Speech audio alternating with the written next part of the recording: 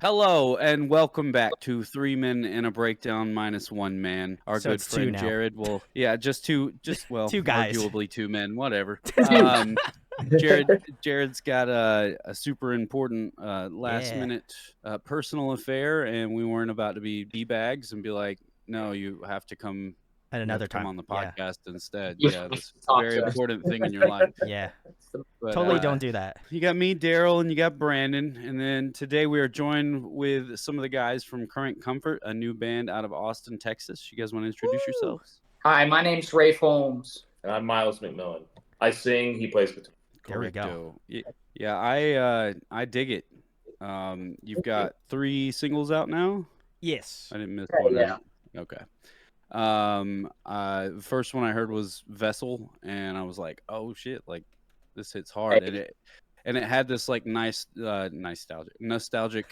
approach to songwriting that I was like, man, I feel like this is the best thing I heard in 2010, but now it's like really polished and fun and catchy. Like there's definitely the heavy parts and but then there's like awesome choruses. You have a great voice, Miles. Thank you so much. How did it all get started? How did you guys end up where you're at so far? So it was kind of a pandemic band. Nice. My past band, we had gotten a string of bad luck, gotten a van wreck on the last tour we did. Oh no. And trailer got stolen and one of the members moved away. So it was kind of like, and plus, the global pandemic, the whole thing. Maybe I need to think about something else. Maybe, yeah. Maybe. Yeah. And I knew Miles from his other band, and I knew the bassist Cameron and the drummer Andy from their other bands. So we've all been friends for a long time. So it was kind of one of those things where it was like, maybe we should do a little bit of rocking, because I've always liked that. My old bands were, really serious, heavy mosh bands. But I've always wanted to play music that's more like melody driven and, with pop song structures, but, still a little bit of mosh in there for the moshers. But so, yeah, we just started writing songs all throughout the pandemic and really sharpening the steel and polishing them up. And we're super excited that it's finally rolling out, because it's been a very long road. Yeah. Been fun. Well, the cool thing about having all that time is you get it all the way you want it, right? Exactly. And these days you can't miss anything these days when it comes to, releasing a new project. You need to have material ready. You need to have an image that you all want to portray together, and you have to have that chemistry, because if you come out too soon, you often end up kind of falling by the wayside now. For sure. Yeah, I had no idea. I mean, I lived in Austin, so I've seen some of you perform before in your different projects and stuff. So, and one day on Facebook, Rafe had posted about Current Comfort, and I was like, what? When did this happen? I don't live there anymore, unfortunately, but I still try to keep up with what everybody's doing. And the locals. I was like, okay, so I click on it, and I was halfway through Vessel, and I sent it to Brandon. I was like, we gotta have these guys on the podcast. Like, this is really cool. And it has a lot of accessibility, right? Like you said before, past projects were like Insurgents was a really heavy and serious message band, and not to say that this doesn't have serious messaging, but it's just really fun to listen to. Like I popped it on at work the other day, and the dudes that work with me don't even like metal, and like, this is way better than what you usually play. And I'm like, and you're like, I don't know whether or not this is a diss or not, but I'm gonna stick with it. Yeah, I guess. Thanks. That's all right. Ultimately, that is great to hear, because for me, going into the project, the goal for the band was to be the Weenie Hut Jr. band that the beatdown kids listen to, and then the heaviest band that like the post-hardcore kids listen to, or like the octave. Because a lot of my influences as a guitar player come from the early 2000s, like Barrier Dead, Throwdown, Recon, all the like straight edge mosh metal stuff that was going on at that time. So I really try to incorporate that into Current Comfort, because I feel like it's not really an element that a lot of other bands are. Because when, not to say that other bands don't have breakdowns, but they're not like that breakdown. I got you. Yeah. Very specific. Yeah. Like you hit it from like a pop punk chorus into like that like real chug that you used to get out of metalcore back in the day. Yeah, they're chugs. Real chugs in your area. And I love that. I've actually found a couple of bands recently that have been going back to like Machine Gun breakdowns and stuff like that. That's like that fell away for a while, and I was like, oh man, this is refreshing. There was a while where no one was doing bursty breakdowns, no one was doing sour notes anymore. Yeah, they're like, it's done, it's over. It's not cool anymore. Blew up, and it was like, oh, we can do sour notes again. Let's do it. Right. Yeah. We're good to go. But definitely in a like metalcore boom right now. There's a lot of really good stuff coming out. I would agree, and I think we actually, so Derril came up to visit me at the beginning of September, and we went to go see Sleep Token, and he was like, hey, we should get Rafe's band on, and I was like, put him on. We're driving to the show, so I might as well. I have no other choice since I'm driving, so just be, I'm handing you the aux, do it, but he put him on, and I was like, holy shit. I was like, these guys are great. Like, and I think only at the time, I think you had Washed Out and Clockworks out. And I was like, these are totally different. And then I just listened to Pure Vessel before we hopped on. And I was like, this is even more different. I was like, each one of them is like, you pick a time capsule and you have unlocked like a new suit of armor, it was kind of like that. And I was really impressed by the mix of like, you can jump from like more of like a post-hardcore like pop punk sort of thing to like a more metalcore thing, and then with Pure Vessel, that's like, I would argue a little bit closer to hardcore. And I was like the variation and kind of like the way that you guys play with like the gray area of like those genres, I think that's really, to me, is what's speaking to me in the genre right now, is like those bands that can kind of like, you can't pinpoint exactly what genre they hit. They just say like, they're like genre, and you're like, yes, that's it. That's what you do. You just said yes. And I'm like, well, what do you play? And you're like, yes. And I was like, okay, cool. Can get down with that. So I think it makes me excited to listen to the rest of what you guys have coming out, because if it's just that varied from the 3 singles that we're listening to right now, I can only imagine how much more the other material that's going to be releasing is going to be, because it's going to be like, I'm going to have like a little whiplash, honestly, but in like the best way possible. We definitely. Sorry. Go ahead. We do have a lag time on our episodes, so for anybody listening, it's a full EP, right? The new. It's a full EP. 5 songs. There are going to be 2 additional songs in congruence with what's already out. And what we really strove for with this, EP, was to set the tone for what the band can do, and for each song to have its own unique identity while still sounding like the same band. Okay. And I think that's something that Miles really helps cement together, because when we had the instrumentals of the tracks, it's kind of like, I don't know, does this all work? And then the vocals get on it, and Miles has such a wide range that he's able to we incorporate similar vocal elements on a lot of the songs. So I think that ties them all together really well. But yeah, the general overarching theme of the band, I think, is just big hooks, big breakdowns, baby. I'm about it. Yeah. Have a good time. It's like the like, how there's like party metal bands, but they're mostly like kind of trashy and on the verge of getting canceled. You guys are like the opposite end of the spectrum of that, right? Like, you gotta turn the hat around for that one. Well, no eyebrows, so you can't tell. You can't tell how sinister their intentions are. Neutral. But yeah, I mean, it's like, trying to bring the funness of that era and that sound without being fucking pieces of shit. That's right. Yeah, you should put that on a shirt. We're not gonna have to redact this podcast in 2 years because Miles is texting 15-year-old girls. No. 100% no. That's good. That's good. That's what we like to hear.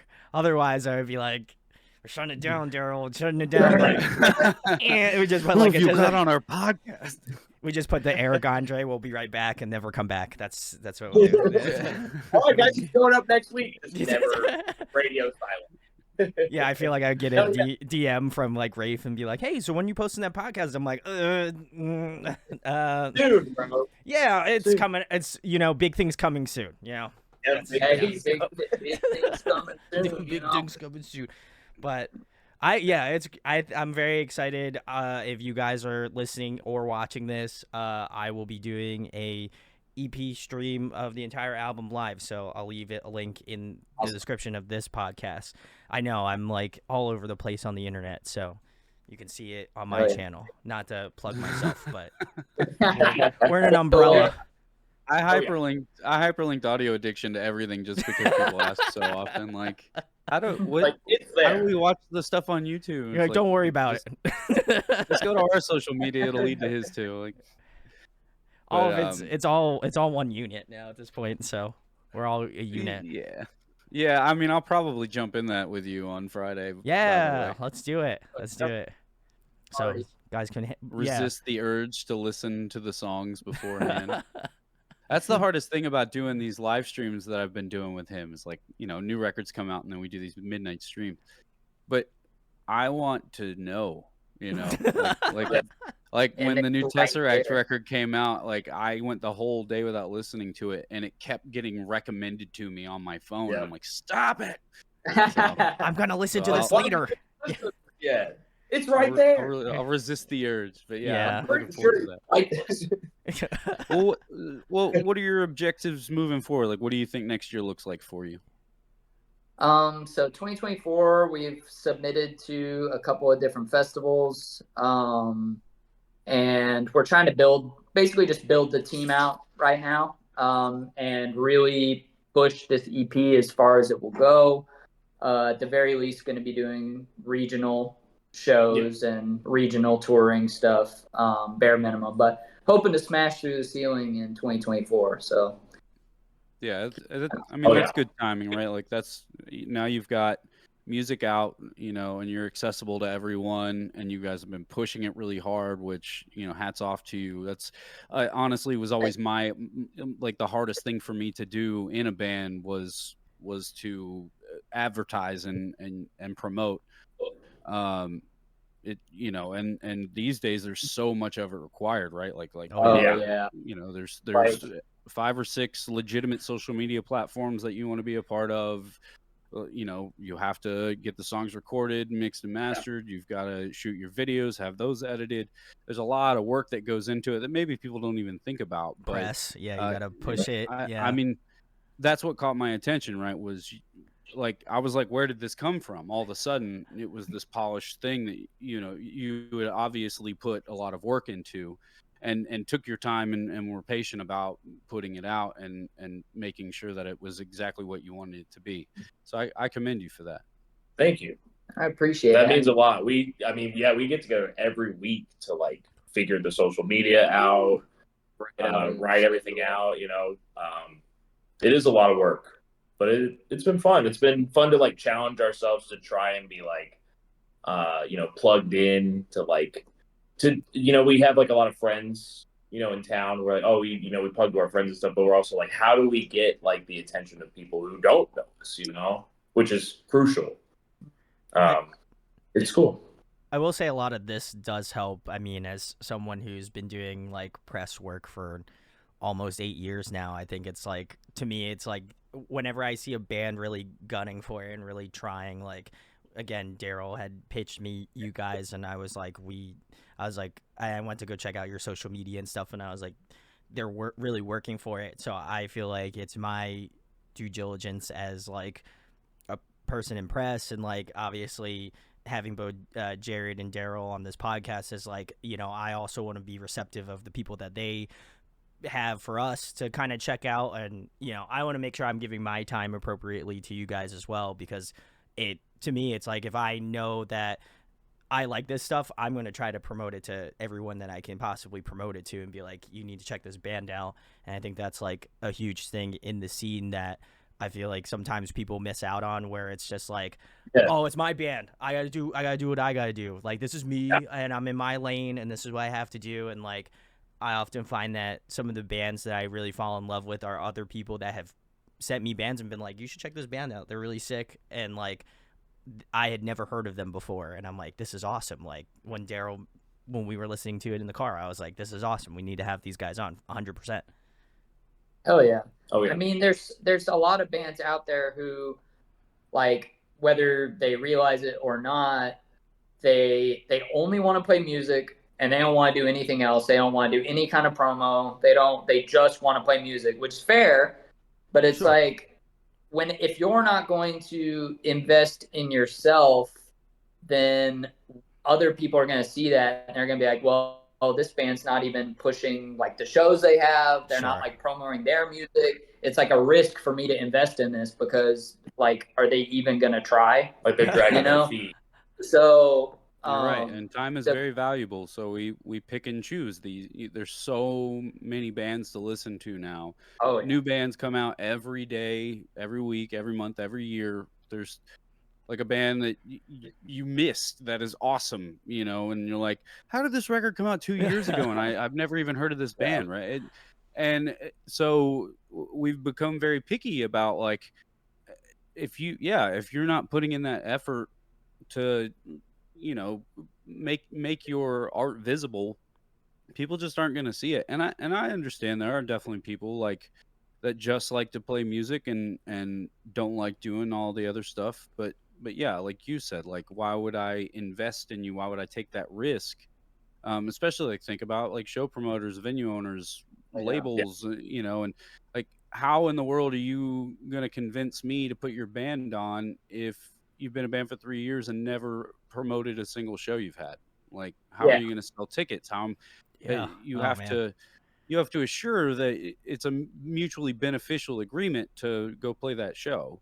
Exactly. And that's kind of circles back to what you were talking about. Like, it's about like community, you know, and it's realizing your place in that community. It's like, if I'm a band supporting a touring band, my role is to bring as many people locally to that show as possible, so the touring band can have a great show, so the promoter can make a little bit on the back end, so that we can play to the touring band's fans. You know, it's all symbiotic.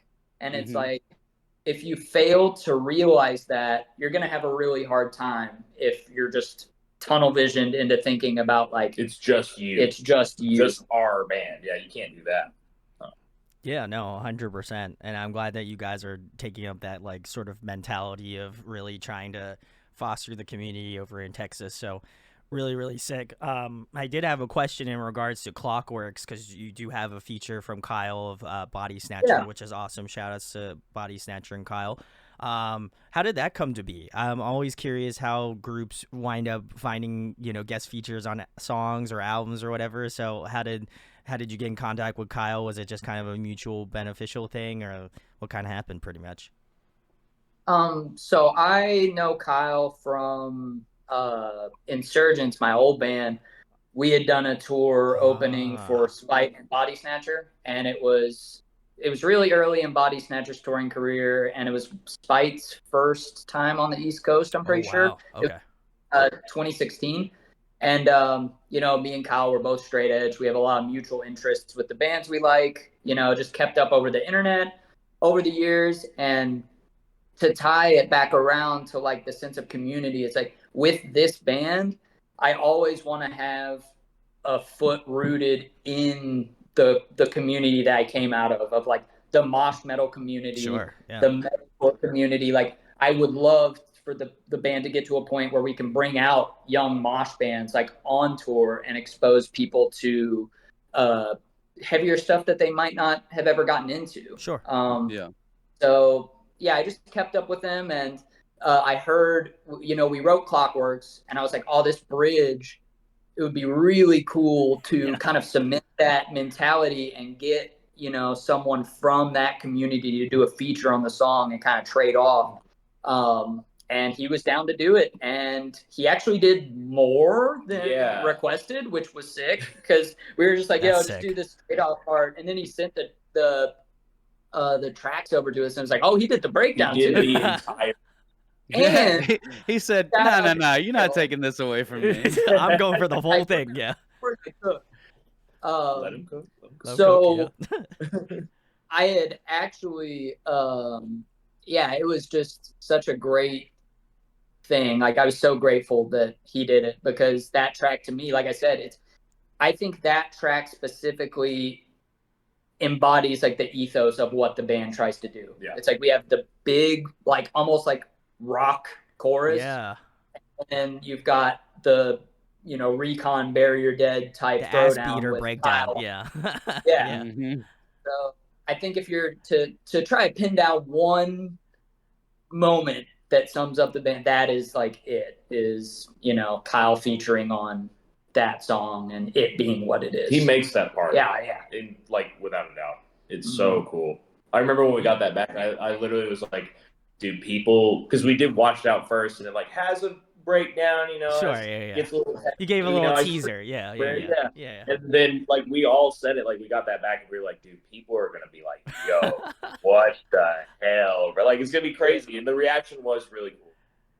And that's awesome. I think another thing as well is, so when we picked the singles out, we did that very methodically, because like I said before, we wanted to lay the groundwork of what the band does. Mm-hmm. So the first single we put out was, more on the catchy side. It still had a little bit of mosh in it. Then the second track was a little bit heavier. And then the third track was like the ass beater track, So it's that's the spectrum of what we do. And then, there's even with the other two tracks that it kind of expands out a little further. But I really wanted Pure Vessel to be a single, even though it might not seem like a single. Fair enough. Just to set the precedent of we are a mosh band. We want you to mosh at the shows.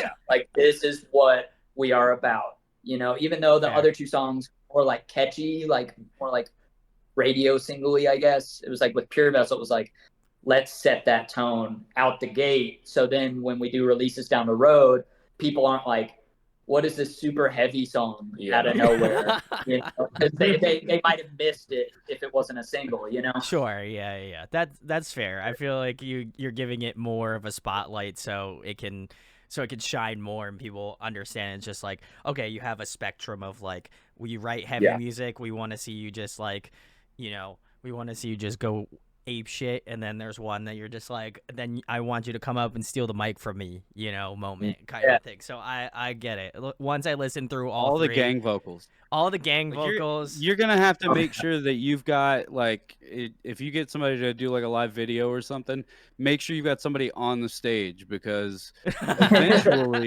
eventually at least in the coming months in Texas, those songs are going to be the ones where you've got people doing the pylons and everything. Oh God, that's man. I know watching pylons. Dude, I feel ever since COVID, people though are they're I don't want to touch anybody. They're really pylons. That's fair. Every show you see people complaining about no, none of these people wear deodorant and shit. I'm that's still true though. That's still true. That hasn't changed. I don't think. Somebody should just have a stick of deodorant at their merch table and be please use this for the love of God, or just spray something. Yeah, a merch item. I was gonna say, I bet you could find somebody to print your logo on deodorant. Oh, that'd be dope. Little travel size deodorant you could sell for $5. Because some bands do candles instead of a candle. Fucking deodorant stick. Candles. Trademark it now, guys. Dude, you could trademark like an entire Current Comfort travel bag. Oh. Low key, that's not a bad idea. Excuse me. What's funny though, you'd sell out of them on tour, but you'd be selling it to all the other bands. None of the. Oh, I need that. They're like, oh, I don't want stuff at the pilot. Can you give me that little toothbrush? Yeah. You should get one Those with just like toothpaste. It should just different. have like Current Comfort on like a toothpaste bottle, you know? Oh yeah. That'd be kind of tight. man. And Kind of tight. whenever it comes out of the tube, it's got Oh, it's I like love the Christmas cookies where it's got the logo like Oh yeah. coming out. Bro. Like the little plum We're coming cooking out. right now. We're cooking. We're cooking. The stove's on. We need to write this down. We should just wipe this part You can out so you guys can do just it. refer back to the episode. No one take their idea. We came up with it on the don't. spot here. This is for these guys. Hey, Or but like- you know what? If people want to take it, so we can all be less stinky. Hey. Oh, yeah. hey, yeah, okay. No, They'll take one for the team. Get back, don't gate the cleanliness. Salutes, actually. Salutes, guys. Keeping Yeah, we the changed our mind. We secret. actually strongly encourage all of you to be interested actually, in this. just do it. Yeah. Go ahead. It's up for grabs. Please. They even have this stuff at the store. It's not our brand, but it is called deodorant, and you can buy it. You can buy it at the show. You can buy it at almost every store Every you go in. place, yeah. It's crazy. You can smell Really good. That's crazy. I know. Wild concept. It's wild. Really It's the unlock- candle for your body, basically. Candles make room smell good. Deodorant's for you. We should just cancel bad odor. That's what it should. We should. We have cancel culture, so we might It's a as well good band cancel. name, Yeah. actually. Yeah. Cancel the stinkiness. Get out Cancel of the it. stink. Everybody wants to smell yucky. Well, anyway, that was a terrible side tangent, but I love it. The question I have for you guys is, obviously, by the time this comes out, your EP, which, if you don't mind me saying the name, it is Swear I'm Fine. You can check it out. Links in the description. But do you guys have a particular song that is your favorite off the EP? I know everybody has like a favorite child. If you got kids, don't lie. I know you do. Don't. I see you typing in the comments. I love all of my kids. Don't lie. My kid's right there on the bed. Meatball. Shout outs. My son. For me, it is hard to choose. That's fair. Yeah. It changes. Some days like, oh, it's this one. But generally, when I really think about it, like ever since we got the record back, honestly, like Pure Vessel to me, that one comes from a really like special place for me because I'm like on the opposite side for Rafe. So Rafe's into like the heavier like hardcore, metalcore, post-hardcore. And like I do too. But I was in a pop punk band. I've been in pop punk bands. Yeah. So when we were writing the record, and we were like, this Pure Vessel was going to be on the record, and I was like, dude, I've never written anything. So it was like a really big challenge in and of itself. But it came together really nice. It's also like what the song is even about is also really cool because I don't know if you guys are gamers. Yeah. Bro. Any gamer? We're in the house? gamers, Yeah. bro. Look at me. I am a gamer. You could just look at me. I'm a gamer. Got the mic. Who's gamer? Yeah. I'm just a gamer. You got my fucking link on my Yeah, exactly. I know. I game sometimes. In 2018 I played Hollow Knight. And Ooh, yeah. it's one of my favorite games of all time, and that's what the song is about. It's like about one of the concepts within the game. Because I beat it, and I was like, I just wrote, sometimes when I write, that's how I write. I just write down how I felt. And at the time, I was like, I'm never going to use these, but it was nice to have them. And so when we were writing the song, it was like, I think I might have lyrics for this, and that's what those ended up being. Yeah, Yeah. like 5 years later. So that, to me, ultimately, I think that one's my favorite, just because of like the history with it, and like it really was. And when I say it was a challenge, it wasn't like I was like beating my head on the wall. Like it was. It was. You don't know. I could have. Maybe Yeah. maybe that would have sparked some inspiration. But yeah, for me, it's definitely Pure Vessel is my favorite, I think. I think I have the inverse take just because of like you said, it's like I played in heavy bands. So for me, the title track, Swear I'm Fine, is more of like almost like a boys like girls emo rock kind of thing. Okay. And so it's like very chorus driven, very melody driven. Yeah. Lots of production element to it. And once again, it's like when I say you could, like, this was a pandemic band. So it's like with these songs, you know, we really pushed ourselves to make them the best that they could be. And that song, we had like 6 different versions of the chorus. Yeah. We're like, this just isn't it. It's so close. Like, it's almost there. And keep, like, because I feel like some people, they'll write it and they'll go, okay, it's good, send it out. Good. But it was pushing ourselves to go, okay, what are the weak links in this? Yeah. And just pushing and pushing and pushing until we got what the final product is.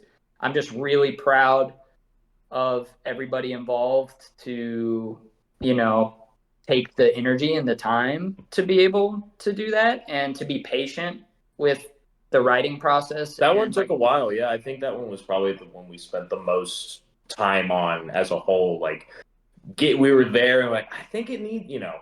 So yeah, the final product. Something is missing still. Yeah. Yeah, the sauce, a little bit of sauce. I can wholly relate to that. One of the songs on the last Ansible EP, we tracked the vocals for the entire song.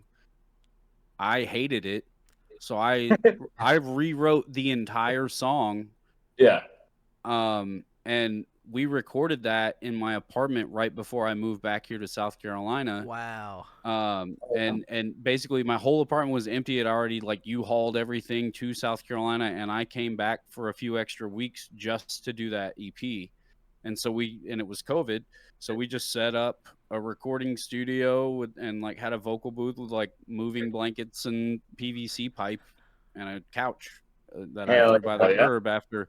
But yeah, we spent a whole day recording just that song, and it was hard to record. And I figured I was sitting there listening to it, just, you know, the rough tracks, and I was like, this sucks. That's why it was so hard to do. Like, it's just, it doesn't, the way I had intended the vocals didn't fit the song. So that night I rewrote the whole thing, and then the next day I tracked the entire thing in 2 hours flat. So those moments of self-discipline are what will make or break you in the songwriting process. Oh, yeah. And I love that's, you know, you're taking the time to be patient with it. Like, let's not force this song out. Let's make sure it's what we want it to be first. That's You're right. That is a very hard thing for most musicians to do in general. Especially in, you know, when content creation is now a job, you know. You have a lot of pressure to put stuff out very quickly. Yeah. But I think a lot of that too just boils down to like having a vision, right? Because if you don't have a vision, you don't have anything to compare it to. So it's like your vision for that track, when you did that first version of it, you said, this doesn't match the vision that I want. Even if you don't know what that vision is yet specifically, you have an overarching theme to kind of like guide you, you know? Because if, like I said, if you don't have anything to compare it to, you're just gonna be like, yeah, that's something. Right. It's music. Yeah. That's the hook. That's the chorus. It's music. Love it. Yeah. Dude, who is designing your merch, by the way? Yeah. We have a couple different people that we go through. Ben Hoagland Nice. did some of the Ben. design work. Did Jason you check out that new Extortionist? I did. I think it's their best stuff. It's really cool. I'm very excited. And I'm excited to hear the rest of the record as well, because I know Ben has been talking about wanting to take it more in a like Alice in Chains kind of like grunge direction. That's his favorite band. Every time I ever hang out with him, we spend an hour talking about Alice in Chains and Lane Staley. Hell yeah. Every time. They are. Bones is the heaviest riff that's ever been written. Yeah. Objectively. Yeah, it is. But yeah, so Ben did a lot of the stuff. Sean Mott did some of the design work. So yeah, we've pulled from a lot of different places. Because try to do that as well. It's like I want every piece of merch to have its own unique identity as well. Like it sounds a little ostentatious, but it's like basically when you're making a merch design, it's like whenever I'm like planning out, I'm like, this is the type of person who's going to buy this. So it's like we got the metalcore shirt for the metalcore people. You get the cartoony shirt for the people who, you know, are into like MySpace and post-hardcore. So it's like by planning that shit out, hey, you know what, brother?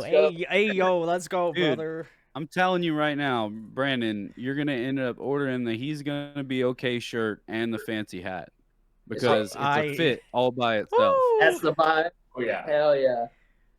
I know. I saw that shirt and I was like, well, I know that Rafe is straight edge, so I guess there's like somewhat of like a comedic element to it.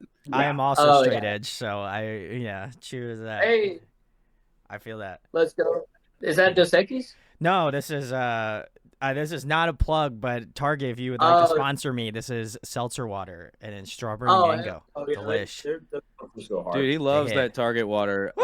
When I went over to his house when I was visiting, there was like 12 empty Listen, boxes man, I don't fucking drink, okay? So that's sick. I'm staying hydrated. I mean, I'm a Bev guy. Yeah, I love Bev. What Bev you got? What Bev you got though? I actually took Miles's drink. He wrote on it, "I'm a thief." I had it at work, and I wrote my name on it so nobody like drank it, and then I didn't at home. And he was like, "Yo, you got a Bev?" So, I don't have a car, so he comes and picks me up for stuff like we're gonna go practice this, and he's like, "Yo, you got to pay the Bev tax." Hey, I got you. That makes sense. Yeah. But if he comes to my house, I pay the Bev tax. Yeah. Respect. Yeah. It's the burden of being the host, you know. But see, I find funny giving people Bevs, dude. Yeah. I love it. You want one sparkling water? We're good. You want two? Even better. Yes. Yeah, hell yeah. That's why I offered to Derril. I said, "Yo, you want a Bev, bro?" And he's like, "I don't know if I want a seltzer water." And I was like, "Fair enough. I offered it to you." I have ADHD, and one of the things that comes with that is like a sensitivity to like certain palate things, and overly carbonated drinks just like make my mouth feel icky. So I can't do seltzers. I can do like that yerba mate you just held up. Those clean ones, those are good because it's like light on the seltzer. But yeah, like if I get like we have Food Lions here. God, you know what I miss? HEB, and you guys understand. Oh yeah. But like my wife gets like the flavored seltzers from Food Lion, but it's like it feels like ants running around in my mouth. I have had that. That's why the good old pink water bottle is always full of ice water. Oh, yeah. Keep that thing on. I follow the Lil Wayne philosophy of don't worry about what's in my cup. Fuck you. That's how it goes. Ayo. A lifestyle, really. If you guys could get a Bev sponsorship, who do you think you would rock with? We might as well we're shooting the shot, right? You might as well do it. I mean, we already rock with clean. Yeah, clean rocks. A clean flavor would be sick. Clean would be sick. You already got yeah, market your own current comfort flavor. Current comfort clean? Yeah. Current, yes. Oh shit. There you go. See, that's all you get. Yo, what? And if you really go ahead. Good. If you really think about it, current comfort clean could be a different flavor like every quarter. Because this is my current comfort. Yeah, bro. Mine for clean. If you're watching this clean, bro, the doors open. We're clipping this. What if you could make a flavor? What would your flavor be? Of like, we won't have it just be like yerba mate, but if it's like a sparkling water, even like, what would your flavor be? Are you asking us? I'm asking everyone. Okay. In the comments. Get in the comments though. Yeah, let us know in the comments too. Let us know. I feel like you don't pina colada a lot. You know, like maybe like a nice little coconut nice. and pineapple. Nice, yeah, like a little coastal flavor. Yeah, get caught in the rain. You know how it goes. I would do like a sherbet. Ooh, that's clean. That's clean. Like you guys remember Flintstones Push Pops? Yeah. How would you do that? That sounds like a move. I like the chalk vitamins better. The ones about that Oh man, you I got dude, I got in so much trouble as a kid because I had those vitamins, and one day I like woke up super early on a Saturday morning, popped the lid off with a butter Just knife, and pounded ate them. all of them, Well, the whole bottle. So they were mad at you for wanting to be healthy? Yeah, come on. Oh, Yeah. I Like, pooped weird vi- for like vitamins, 3 bro. days. There was so much fiber. Yeah. Those would heal me right now. All I need is the Flintstone gummy. Really. Dude, we should hand those out instead of Halloween candy now. Honestly, yeah. Just a jar of mayonnaise. I don't know about y'all. Hell yeah. I ate a Yeah, lot I of agree with candy Rafe. on Halloween. I ate a lot of candy on Halloween, and we're straight edge. I don't drink. I felt hungover. Like I ate like a little. Oh god. It's all the sugar. Yeah, I woke up the next morning and I was literally like, You're in the sugar coma.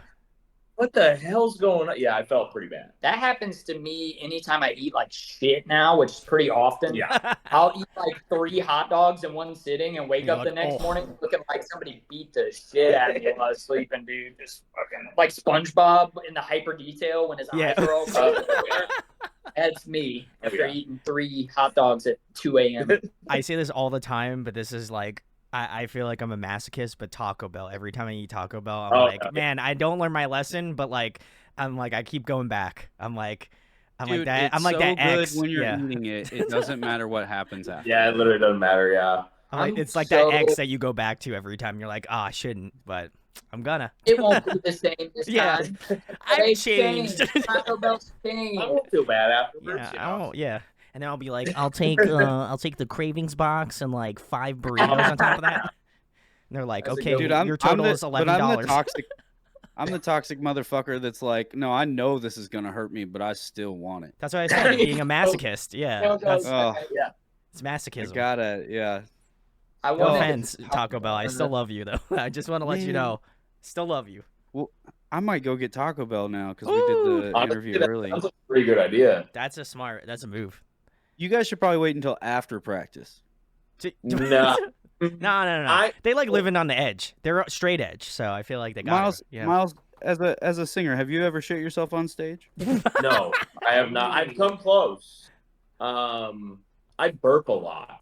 He's a burp. I do burp. Burp. Like if I drink too many sparkling waters. A little bev. So Yeah, like a bev action. I avoid the sparkling water so after because I've literally in like both this band and my last band, I'm like I drank too much water and I'm literally like it sounds like I'm skipping words or like forgetting words. Like I swear to God, I'm straight edge. I forget. I just burp like 3 times, so I'm like sitting there like, oh, I don't want to burp in the mic. You know? I've done that before, actually. Yeah. Oh, that's the worst. It was, Oh, but that it was was- like the lead up into a scream. So if anything, it like sounded better than it would have. You really went into the bleh. You know, you wanted to fully sell it. I got you. Full set. It was like a Bill Murray moment, like something love he would that. do in a song. Okay. Like Respect. Seems on brand. On brand. Yeah. I've I shit my pants enough for the both of us. Yeah. I shit my pants. I wasn't gonna say it because you asked me, and I was like, I have not. No, Rafe's like, yeah, bro, I've shit my pants. Yo, if you gig long enough, you're gonna shit your fucking pants. Anybody that says never shit their pants, I'm like, oh, so do you have shitty pants or are you a liar? You can be one of those two. You can either have shit in your pants and honor, or you can be a fucking liar. honor. And I'd rather be the man with the shit in the pants, I suppose. Out of those two. Yeah. I True appreciate valiance your right there. integrity. Yeah, I was gonna say. Yeah. Also, for the sheer fact he would it does admit it in a happen. podcast, that's like the Yeah. best part. Is Yeah. he's just like, yo, I'm fully no wipe, bro, no wipe. I'm going hard. I mean, generally, like when that subject comes up with anybody, and I've been in or around, he'll bring it up like, "Oh, I've done it." Like, you know, Yeah, I've you shit my wear pants. you wear it with honor. I am my story. I Amen. remember one of the times it was on that Spite Bodysnatcher tour, and I had eaten some like vegan chicharrones before the Oh. set. They were like super spicy, Ugh. and I shit my pants doing like a backup vocal, like the push. Just like, it already happened once, so I was like, all right, if I can fling a turd out of my shorts, get on Lambgo. and we'll go viral.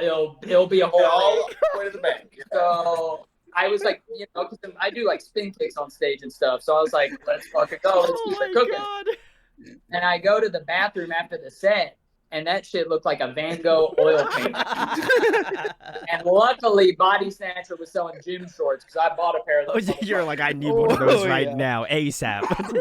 Oh, yeah. I left the pants I had in the top of the toilet, upper decker style. So anything bad that's happened to me, it's probably karma. And we were playing a sober living center too, so they probably thought somebody relapsed and fucking shit their pants and left it in the toilet. So I didn't know that part. So if I ruined somebody's life, You probably did, yeah. Honestly, sorry they didn't believe you. That's about the shitty Wait, pants. that's assuming that they found them. What if they never found them? Like you put them in top of the toilet and they've just been living there. Oh, there's probably a whole biome there now. Yeah, man. It's Now it probably little frogs growing in there. Dude, it's like a chia pet or something. It's like a terrarium or some shit. Yeah. Terrarium, yeah. They take it off and it's literally just like a face. It's just like, let me out. Yeah. Like you play Elden Ring. Yeah. Oh my God. Oh no. No. The face of I'm a fucking poser. Godric or whatever. No. You know what I'm talking about? I do know what you're talking about. I just saying no. I don't want to see that. I don't want to open. Like, just imagine someone cleaning the toilet out and they just see this like fucking thing coming out of the toilet. Oh my God. My favorite part of that whole description was you going, "I'm a fucking poser." I was like, I couldn't remember his name for a second. Huh? Yeah. That's awesome. God, that and that's a term that isn't used enough these days. Yeah. Poser. God, that was like the ultimate insult in high school. Nobody says that anymore. Oh, you listen to freaking Blink? You're a poser, dude. I only listen to real punk bands like Sex Pistols. Bouncing Souls. That made me want to watch SLC Punk really bad. True. That's one of my favorite movies. It's been a while. I haven't seen that in a while. It's so good. Woo. That's a nice coming of age. That's true. Movie. Yeah, and now of course I'm gonna watch it when I go to sleep. So I'll be crying in a couple hours, guys. Just so we're all on the same page. It's because of the Taco Bell. A little bit of A, little bit of Yeah, A. a little bit of both. He'll still be watching it from the bathroom, and then SLC Punk will still be in the background. Love it. There's some stuff that I'm gonna send you guys a video of that later. That's for shitting my pants. This is for the Patreon later, guys. The Patreon. The OnlyFans. Description. Yeah, the After Dark episodes. No. Maybe we'll get to that. I don't know. That'd be. I think that might put us cancelable online. Yeah. Especially with Jared. Oh. God, yeah, you guys are missing out on the.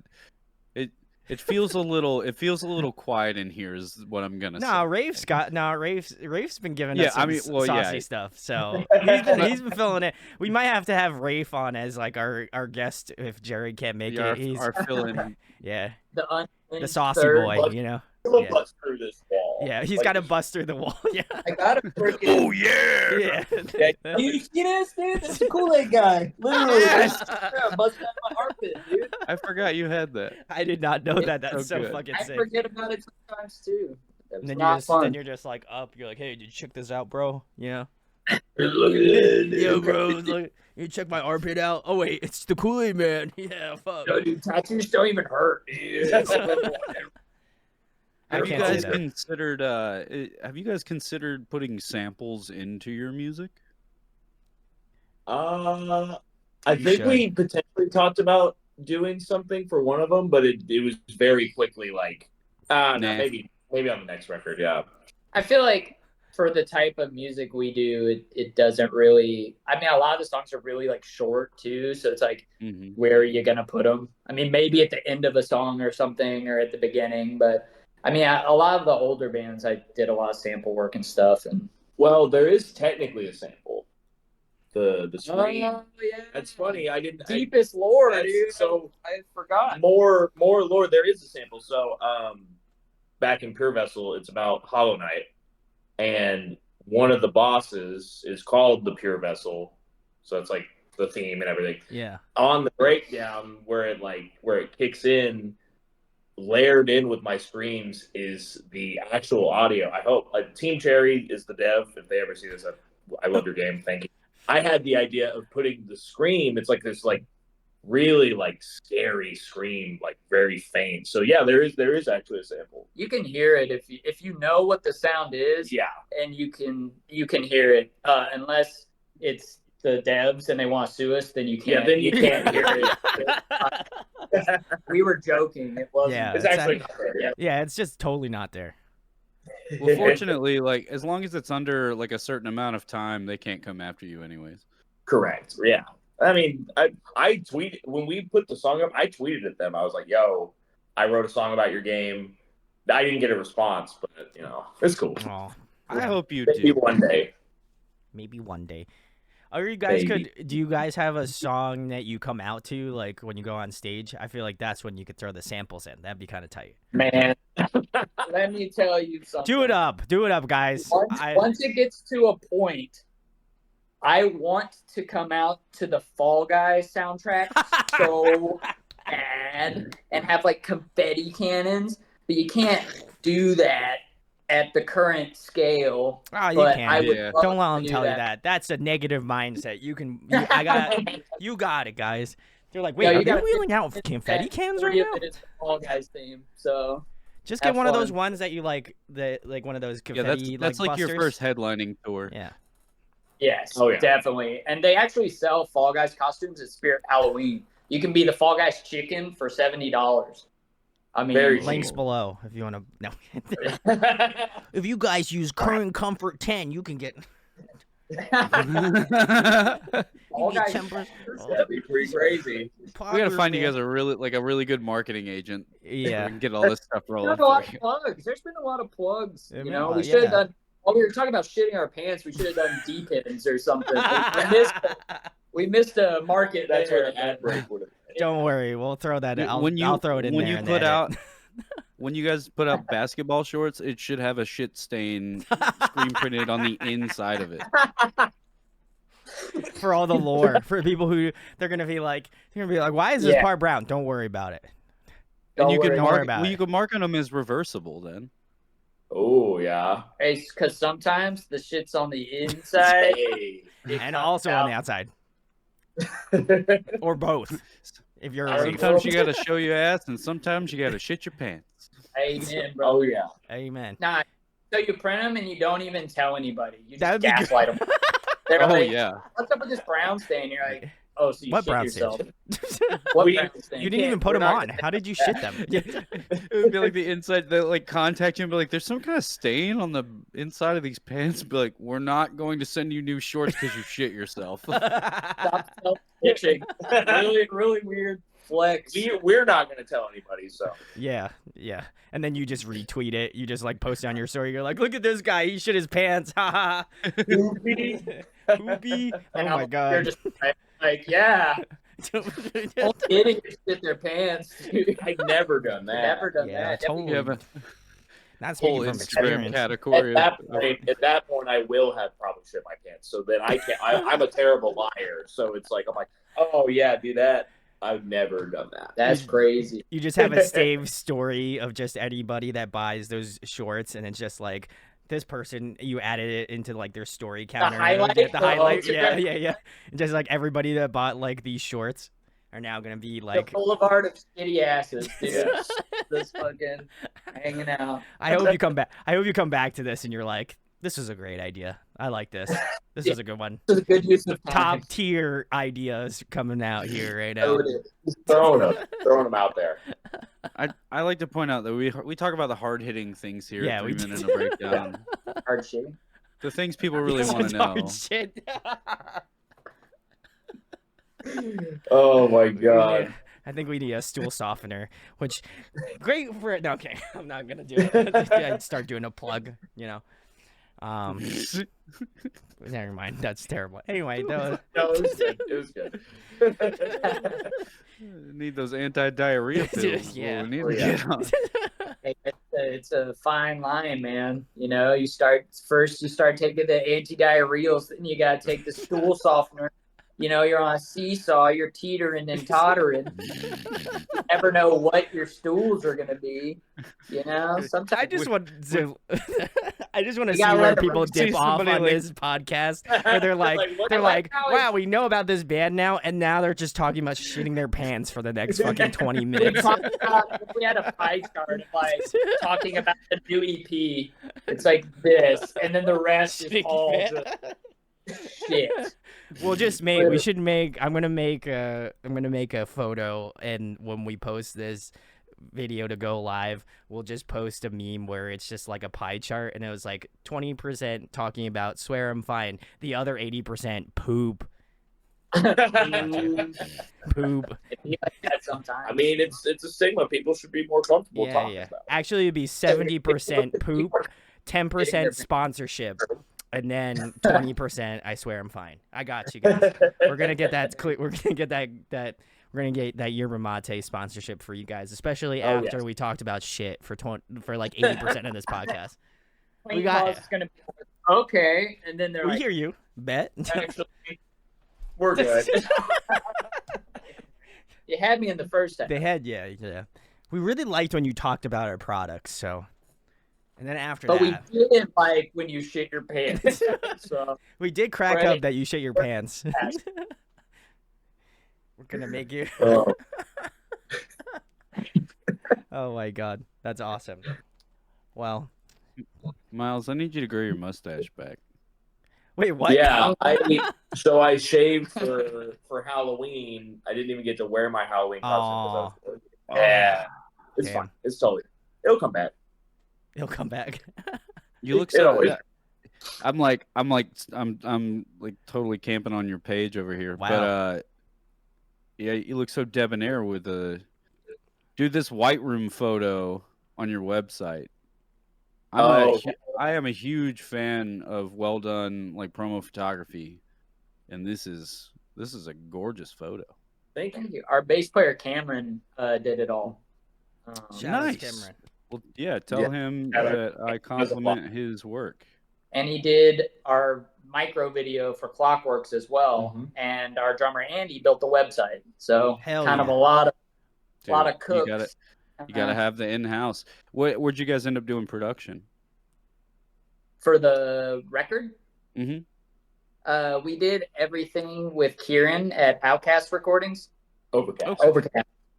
Sorry.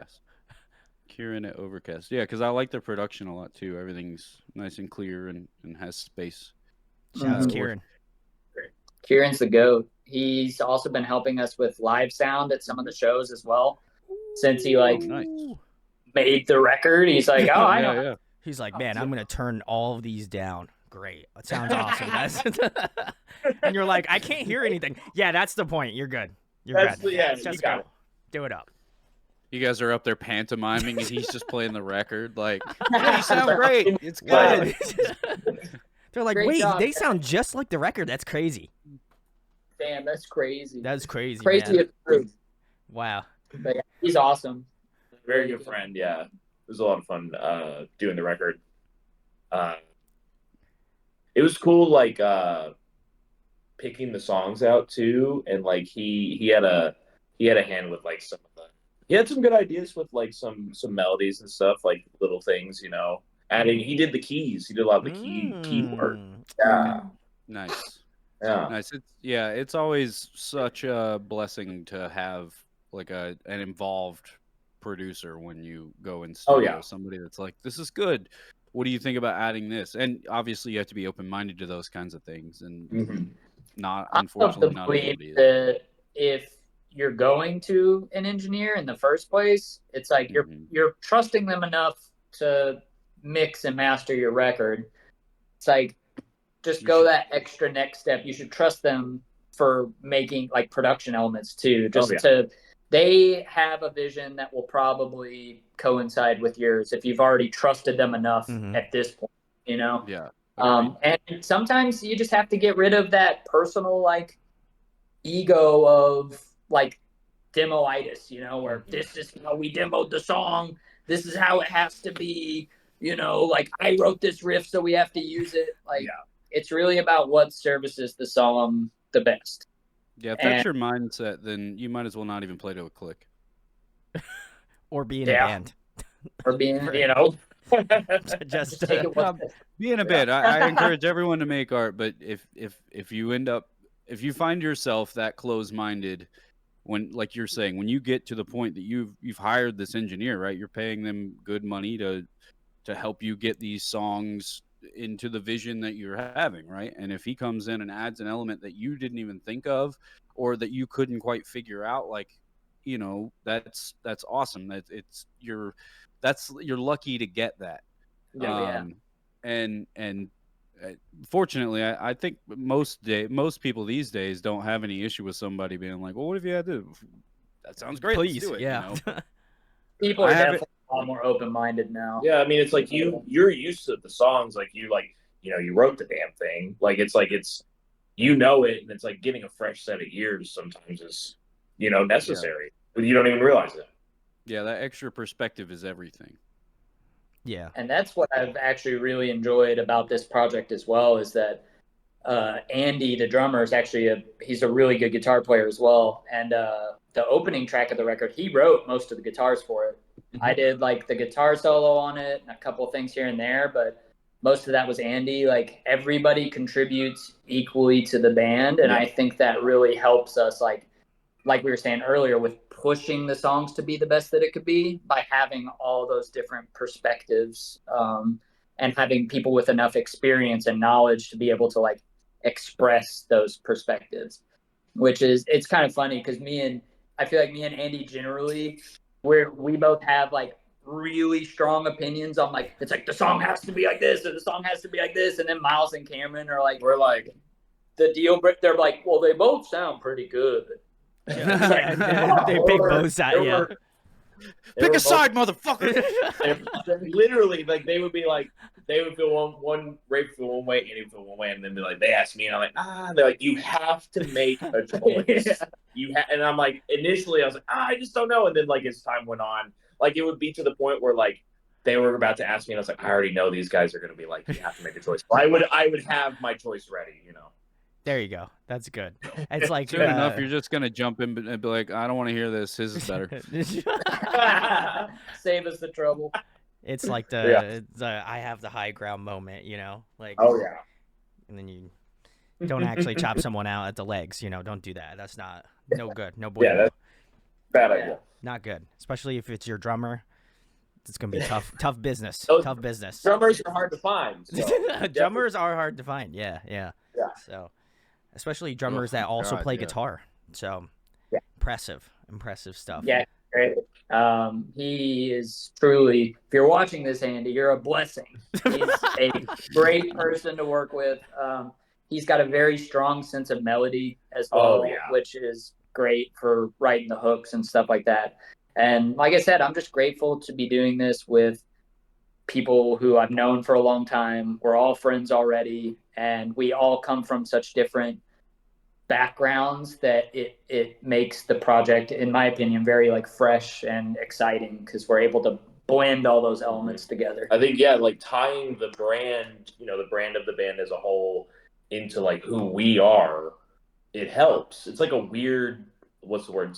Like we use symbiotic. Yeah. Like it's very symbiotic and like feels very natural. Like you said, we have in-house, like Cam does the photo work, Andy built the website, like, for people to be like, dang, you guys are like, you're doing a lot. It's crazy. Like, it's crazy. Yeah. Which, I mean, it is a lot of work. Yes. Because it's like, on top of me and Miles, we both work at venues. So it's like balancing the venue work with making social media posts for the week, with promoting the band, with applying for PR, with practicing. Like, it really is a lot of work to keep that momentum up. Writing new songs. Which we have been doing. It's been fun. Ooh, yeah. Okay. Hoping to get back into that, because like you said, we work in venues, so it's about to get colder, not as much touring going on. So hopefully we'll be able to write some more songs. We have a few more, but it's been fun keeping up with like getting new ideas out there too. Sure. Mm-hmm. Yeah. And I think getting back to what you guys were saying earlier about like it takes a song from a good song to a great song. Like if you really able to kind of see the vision and see what you guys want to do, and it does seem like your band is so like mapped out where I'm like I see your social media posts, I see like what you guys do on a daily basis, and I'm like they're really putting that work in, that time in, and like I don't want that to go like out the window because I think it's really important for bands, especially if you like really love doing it, to just really put your heart into it. Because like I think oftentimes it's like you're like, oh man, like I got to make a social media post, you got to do this, and like I feel that way sometimes about the literal like mountain of work that I have, but I also know it's like if like I said, doing the live stream, like I know that's important for these guys to have someone take a listen to their work and have it be put out to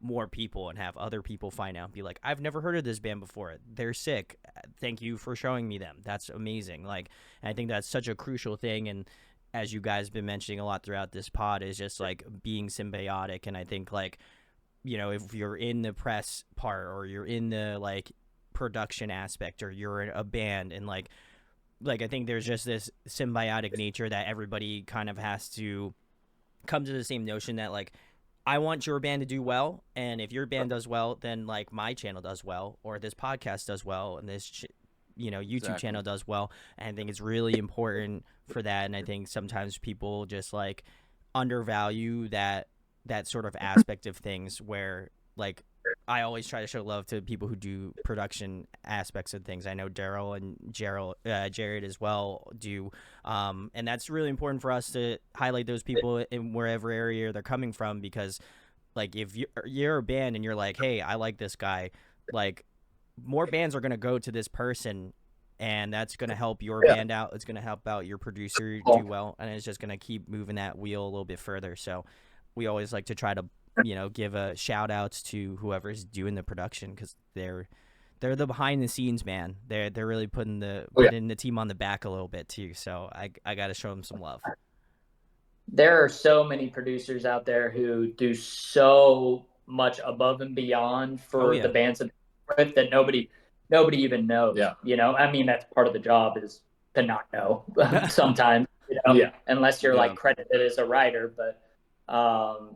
But yeah, it's all about, if I mean, nobody asked, but if I could give like one piece of advice to any band, it's that you need to compromise. Like you have to be willing. Sometimes being in a band and making it, if you want to do it on a certain level, you have to accept that there are going to be things that you don't want to do. It's like, I don't want to wake up at 8 a.m. after working till 3 a.m. at the venue to do a Instagram reel, but it's something that needs to be done because of the way the climate is. It's an attention economy, and you're like you were saying earlier, Derril, it's like there's so many bands, there's so much going on that you really do need to fight, especially at the beginning, to put yourself out there. And it can get discouraging because you may feel like, oh, I'm just posting into the void or whatever. But even if one or two people see it who might not have seen it before, that's a step. That's moving the needle, Yeah. And that's the thing is like I was saying before, there's so many outlets now too that you have to, I like to bring attention to some of the things that people don't think about that bands have to do. It's one of my goals with this podcast, and some of the people that we interview are those behind the scenes people, producers. I'm setting up for next year. I'm trying to set up like some tech guys when they're not on tour. Twitch streamers. I mean, there's so many facets to it, and all of the work that goes into it. I like to shed light on that, because people listen to this that don't know how to start a band and what it takes, but they want to, and I think that kind of gets glazed over a little bit in the community. Is like, as musicians, we talk about this stuff together all the time, but it's never something that's kind of brought to the attention to the fan base, the people that just go to see shows and are just music fans. And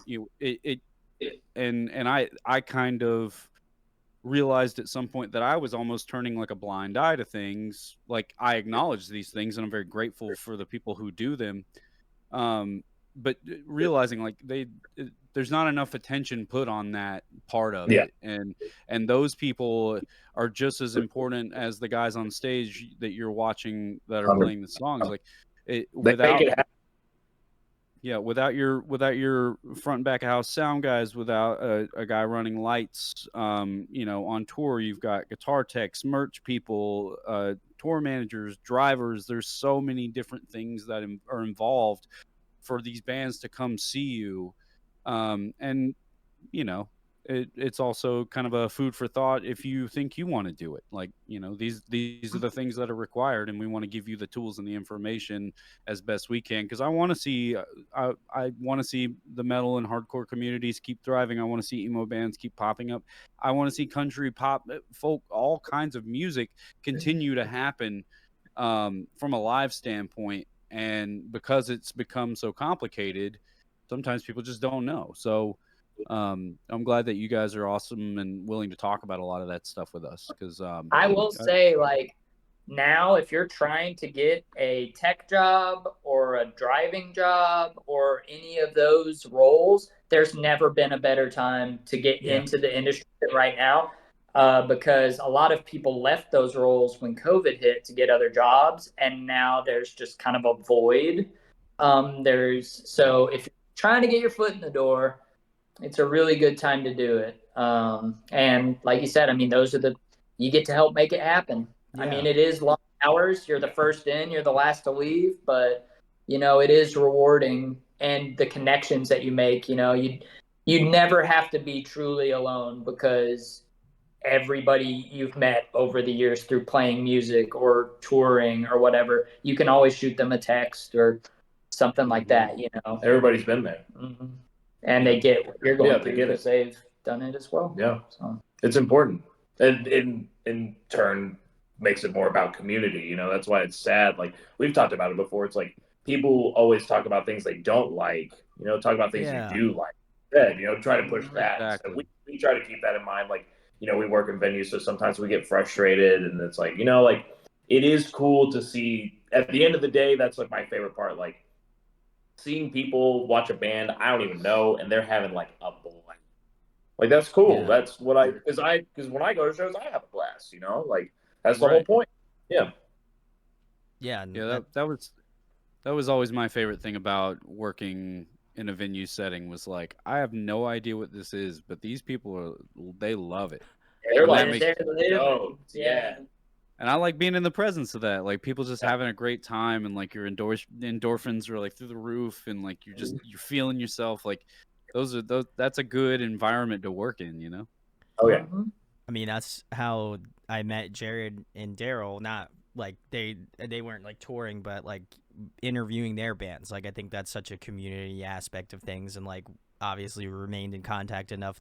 And I see Derril, like I'll probably see him like before the end of this month. Like, it's, to me, it's like those are crucial aspects to this, and like I love that you guys work for a venue and that you guys are getting that positive like reinforcement of like, hey, like I'm doing this band thing, and like, but also like I get to see other bands and how like other people do things, and like how like a really big touring like act kind of goes, like, from front to back. Like it's such a cool experience. And as someone who's gone to tons of venues in like Philadelphia and like been able to interview bands, like I talk to a lot of the TMs and like all that sort of stuff, and like their job's super difficult. Like I give them a lot of kudos, and I'm always like super grateful to them. And like a lot of them like hit me up when they come back to Philadelphia, and they're like, bro, man, like come to the show, like, and I think it's like such a nice thing, because like most people, I'm like, I don't want to get guest listed, but like people are like, hey, do you want to just come to the show? We'll just throw you on the list. Like, and that, I think it's like that's communal aspect of like, I'm not asking for it. They're just like, hey, come out to a show. Like, I know you're a homie. Like, just come out. Would love to see you, and that's super important. You get what you give. I mean, that's sure. The overarching theme of like everything, is, I try to go to like as many shows as I can, and it's like when I can pay, I will pay. But it's like if if I've ever been in a point where I didn't have money, it's like you build those connections, and 9 times out of 10, those people will be like, "Yo, dude, just come out." You know, yeah, no because worries. you built that relationship. They really, a lot of times, they just want to see you. Like I've had friends, you know, we were venue, like people will be like, "Oh, I'm in town, but like I can't afford." Like I want to see you. So, you know, come out, yeah. You make some of the greatest friends from touring bands, and you know, as a musician, one of my favorite aspects of it was touring and playing live and meeting everybody, like the community. It doesn't matter what you know, what type of personality you have, or you know, what you're into or whatever. We're here because this is a safe space for people to enjoy good music and be friends, and work hard and be kind to each other. And that was like that's how I got into the underground metal scene when I was 14 in the first place. I went to like a little warehouse show, and that a friend took me to my freshman year in high school, you know, and everybody was wearing like trip pants and like face paint and you know, like just gotta flip the hat around for that one. Dude, it was all walks, and everybody like knew everybody, and I made so many friends that day because so many people were like, "Who are you? Where are you from? Like, who brought you? You know, like what bands are you into?" It was like immediate, like, we want to know you. You're welcome here. And that's carried on throughout the years for me. Like Austin had a great music scene, and every time I went to a show, I saw 50 people that wanted to give me a hug and talk for a minute, and like I love that community. It's really the best part about it all, and that's, you know, touring sucks for anybody who hasn't done it before. You're crammed in a van with your best friends, but even if you were in a van with the most like-minded people in the world, at some point you get tired of each other, get on each other's nerves. You all smell. You don't have access to showers or places to stay most of the time. And going back into why you should do the travel kit merch stuff, you know, but it doesn't matter, right? Like at the end of the day, there are, of course, bands have members fall off because of things like that, but you know that at the end of the day, these are the people that got your back, and even if you're annoyed with them or they're annoyed at you or whatever, you're going to be able to squash it because what you're doing and what you're there for, the purpose of it all, like that's what really matters, you know. But it's interesting. I miss playing a lot myself. You guys, I know you've got a couple of shows coming up, right? Yeah, we have a show on November 25th with Johnny Craig at Come and Take It. And then we have an EP release that's coming up in December as well. I don't know if it'll be announced by the time this airs, but it'll be on December 28th at Empire Garage. It's a joint EP release with a Austin band called Virtue. He's wearing the hat. Oh, nice. Hey. Yeah. Shout outs. A little Easter egg. Yeah, so we both have new EPs, so we're like, yo, let's do a joint EP release. And the support that we've added, we have one band that's like not super heavy, and then another one that is super heavy. So trying to keep that balance going throughout. Nice. That's awesome. I love the dudes in Virtue too. Oh, they're great. Rock. They're so good. They're probably the heaviest Austin band to ever exist. They're so good. And that's on record, by the way. It is on record. You did say it. We are recording, yeah. It is true. Says he said. Super heavy. I'll clip that and send it to him. Hey, that's one of those things too, man. It's like Rafe, Rafe's a real one, you know, he loves you. I do. I'll wear it. They're big ass dudes with big ass riffs, man. Like it's the whole package. Like you listen to them and then you see them and you're like, yeah, that makes sense. Yeah. You know, you don't have like disconnect with, you know, because sometimes like a band is super heavy and then they're all like string bean guys and you're like, which, you know, fair enough. But it's like when the band is big and the riffs are big, you're like, that's crazy. Oh yeah. I might die tonight. There's a very good chance. Well, guys, thank you for coming on. Where can people find you at on social media? And obviously, if you want to delve in a little bit more and tell the people about the EP, feel free to just let the people know what's going on. The floor is yours. Floor is yours. We're on all social media, just at Current Comfort. All of our information's at currentcomfort.org. All of our shows, merch, all that. The EP goes live November 10th. It'll be on wherever you listen to music. It'll be there. We appreciate your time, and thank you for bringing us on. Yeah, thank you so much, man. We're really stoked about Swear I'm Fine. We've worked on it for a while, and it's going to be crazy seeing it out there. It won't be ours anymore. We have it, which is very exciting. There we go. Awesome, yeah, man. Thank you guys so much for having me. Yeah, we're happy to have you. We're excited for you. I intuitively, like, knowing some of you and how hard you work and listening to the music, like, I was like, I want to get them on because next year they're gonna be way bigger and way more well known, and we're gonna be like, we were there when, on the ground floor, baby. Let's go. Yeah. You know those the deodorant that they have? Yes, the stonks are high, baby. Stonks are gonna be up next year. Stonks. I gotta learn how to use Photoshop so I can, like, I got it. I can do it. I got you guys. I got you. But guys, if you like this episode, make sure to subscribe. If you're giving us a listen on podcasting sites, rate us. That would be sick, because then we can get out there to more people like you. So if you like this episode, make sure to thumbs up that.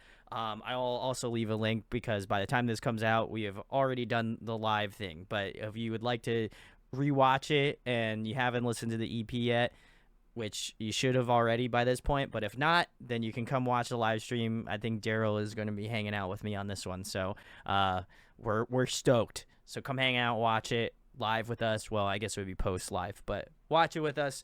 If not, just follow us on social media. That's 3-minute breakdown, audio addiction, all that stuff. Come hang out. We'd love to see you. And again, thanks to the guys for coming on. It was a blast. Hell yeah. Thank you, guys. Thank you. Best of luck, guys. We'll talk to you soon. Cheers. Bye.